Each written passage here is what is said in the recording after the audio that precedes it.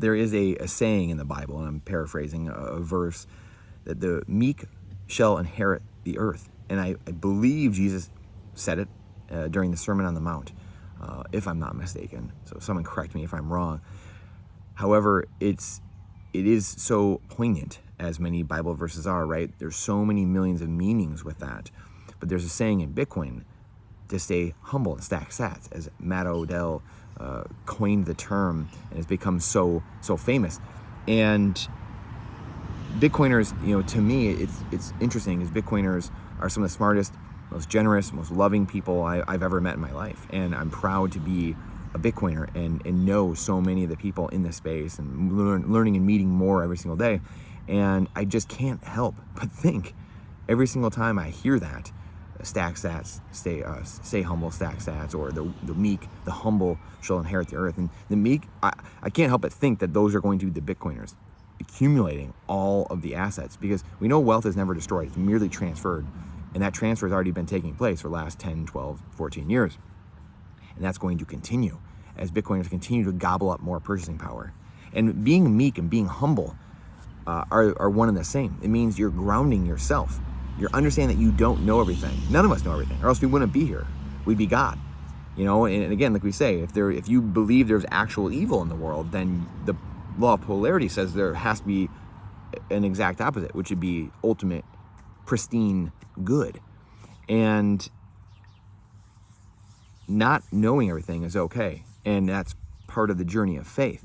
Faith is understanding and trusting in the unknown, the mystery of faith, as we say in the Catholic Church. So the meek will inherit the earth. It is the humble. It is those that humble themselves instead of exalting themselves. Those that exalt themselves will be humbled. Again, from the Bible, right? And we've seen this play out over and over and over again. Things like SBF, presidents, whoever it is. If you continue to exalt yourself, you will be humbled. You will step in it eventually. And that's why the Bible, people look at it as like some mythical teaching and this and that.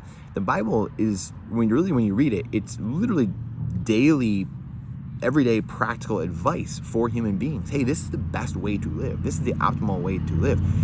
God gave us free will, so we can do whatever we want. We can not go down the path he wants. We don't have to do the calling he's laid out for us. We can do anything. I know a lot of people that have actually strayed away from the church over time or whatever it is, because they couldn't handle the fact that their life was already designed for them, which it is and it's not, right? The law of polarity. Again, God has a plan for you and the calling for you. It's your intuition. It's what you feel compelled to do. It's your passion. It's your calling.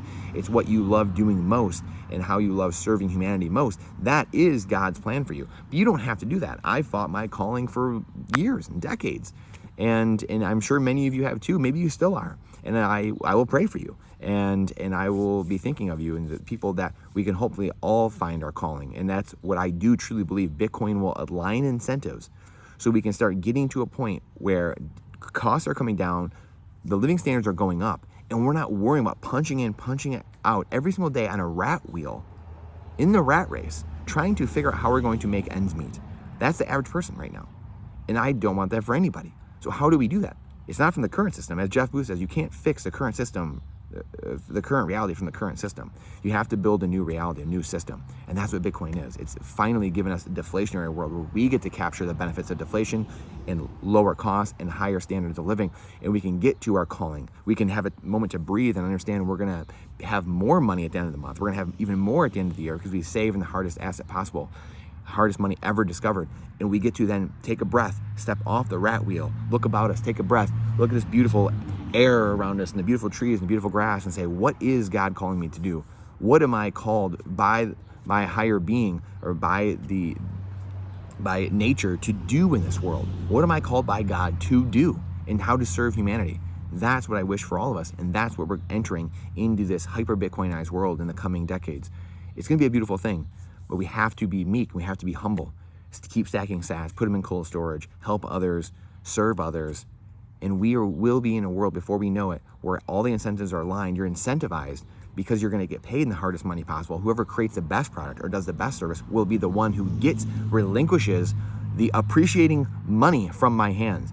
I won't just willy-nilly, freely throw it away like I do fiat, like I do currency, because it'll actually be worth something in the future. So you have to provide an unbelievable good or service, which means we all benefit, which means lower costs and higher standards of living.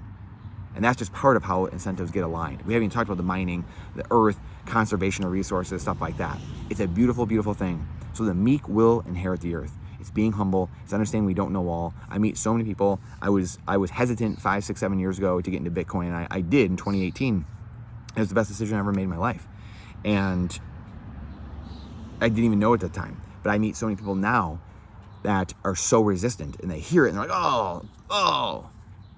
And it's wild to see people's brains breaking, quite honestly, and not even giving it a chance, not even seeing what's happening, right? Their life, they're struggling, there are things going on, and they don't even get a chance.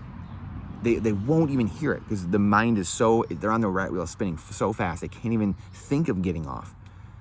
But it will happen. The 3%, just like the Revolutionary War, the 3% that gave us America, the 3% that gave America to the world, will do it again here in Bitcoin. 10 million people.